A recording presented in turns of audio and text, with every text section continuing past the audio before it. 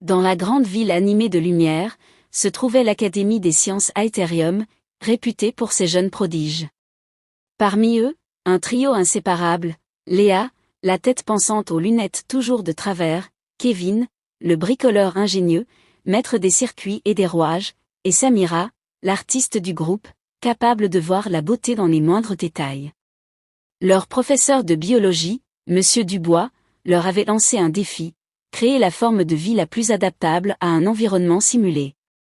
Soyez audacieux.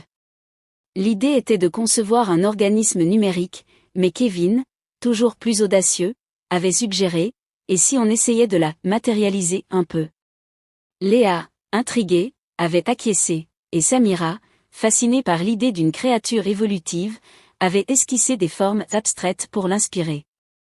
Leur projet commença dans le labo 7, une pièce excentrée et rarement utilisée. Ils construisirent un terrarium complexe, rempli de nutriments spéciaux, de lumière pulsante et de sons apaisants. Ils y insérèrent un biocode expérimental, mélange de données génétiques synthétiques et de leur propre énergie créatrice, comme aimait à dire Samira. Ils observaient une petite masse gélatineuse vibrer et croître. C'était leur bébé, leur expérience unique. Au début, la créature, qu'ils appelaient affectueusement Globule, était innocente. Elle changeait de couleur selon son humeur, vert quand elle était heureuse, bleu quand elle était curieuse. Léa notait avec fascination sa capacité à modifier son apparence pour s'adapter aux différents substrats qu'il plaçait dans le terrarium.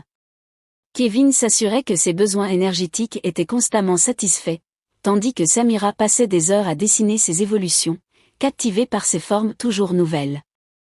Mais peu à peu, Globule commença à montrer des signes étranges. Le verre du terrarium se fissurait sans raison. De petits objets métalliques disparaissaient inexplicablement du laboratoire. Les lumières dans le labo vacillaient et les systèmes se mettaient en veille sans intervention. Les trois amis mettaient ça sur le compte de l'ancienneté du laboratoire ou des surtensions. Globule grandit tellement vite, c'est sûrement lié à son métabolisme, s'exclamait Kevin, toujours émerveillé. Un soir, alors qu'il travaillait tard, une alarme se déclencha dans le laboratoire voisin. Le générateur de secours venait d'être aspiré. En courant vers le labo 7, ils trouvèrent Globule, non plus une masse gélatineuse, mais une créature imposante, aux formes changeantes, dont la peau semblait faite de métal récupéré et d'organismes bioluminescents. Ses yeux, autrefois doux, projetaient une lueur intense. Elle avait absorbé l'énergie du générateur, et avec elle, la capacité de modifier son environnement